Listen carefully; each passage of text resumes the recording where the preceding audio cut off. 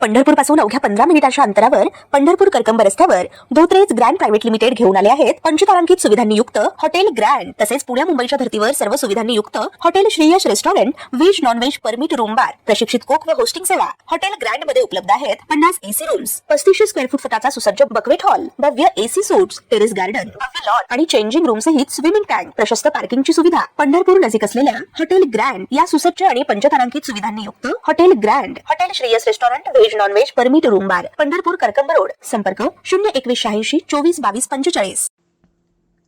केंद्र सरकारकडून जनगणना 2026 मोहीम सुरू करण्यात आली आहे. मे महिन्यात आता महाराष्ट्रामध्ये जनगणना होणार आहे. त्यामुळे महाराष्ट्र सरकारनं जनगणनेसाठी महत्त्वाचा निर्णय घेतलाय. राज्यातील सर्व शिक्षकांच्या सुट्ट्या या रद्द करण्यात आल्यात. आता सर्व जिल्हा परिषदांच्या बदल्यांना स्थगिती देण्यात आली आहे. गट क आणि ड कर्मचाऱ्यांच्या बदल्यांना स्थगिती देण्यात आली आहे, अशी माहिती ग्रामविकास मंत्री जयकुमार गोरे यांनी दिली आहे.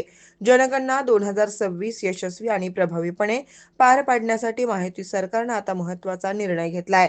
ग्रामविकास मंत्री जयकुमार गोरे यांनी सांगितलं की शासनाच्या निर्देशनानुसार जनगणना अधिनियम 1948 व जनगणना नियम 1990 अंतर्गत येणाऱ्या वैधानिक जबाबदाऱ्या सुरळीत आणि प्रामाणिकपणे पार पाडण्यासाठी जिल्हा परिषदेमधील गट क व ड संवर्गातील जनगणनेच्या कामाशी संबंधित सर्व कर्मचाऱ्यांच्या म्हणजे शिक्षकांसह सन 2026 मधील सर्वसाधारण बदली प्रक्रियेस स्थगिती देण्यात आली आहे, अशी माहिती गोरेंनी दिली.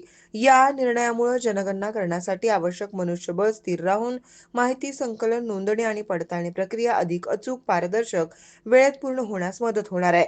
प्रशासनातील समन्वय अधिक बळकट करत प्रत्येक घटकापर्यंत पोहोचणारी ही जनगणना अधिक प्रभावीपणे राबवण्यास शासन कटिबद्ध आहे. राज्याच्या सर्वांगीण विकासासाठी अचूक व विश्वासार्ह आकडेवारी अत्यंत महत्त्वाची असून या निर्णयामुळे जनगणना प्रक्रियेला गती मिळून सुयोग्य नियोजनास अधिक बळकटी मिळणार आहे, असं गोरे यांनी सांगितलंय. दरम्यान उन्हाळ्याच्या सुट्ट्यांमध्ये शिक्षकांना विश्रांती मिळणार नाहीये.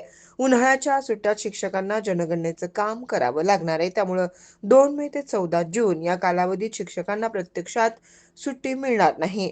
या कामासाठी जिल्हा परिषदेच्या सुमारे 5,500 शिक्षकांची नियुक्ती करण्यात आली आहे. याशिवाय खासगी अनुदानित तसेच महापालिका शाळांतील शिक्षकांनाही जनगणनेची जबाबदारी देण्यात आली आहे. दरम्यान शाळांचा निकाल 1 मे रोजी जाहीर होणार असून 2 मे पासून शाळांना सुट्टी लागेल. मात्र 16 मे ते 14 जून या कालावधीत शिक्षकांना जनगणनेअंतर्गत विविध याद्या तयार करण्याचं काम देण्यात आलं आहे. तसंच अनुदानित, विनाअनुदानित प्राथमिक, माध्यमिक आणि महाविद्यालयीन शिक्षकांनी मुख्यालय सोडू नये, अशा स्पष्ट सूचना शिक्षण विभागानं दिल्या आहेत. ताज्या घडामोडी पाहण्यासाठी आमच्या YouTube चॅनलवरील PVR म्हणजेच पंढरी वार्ता या न्यूजला सबस्क्राईब करा आणि शेजारील बेल आयकॉनवर क्लिक करा.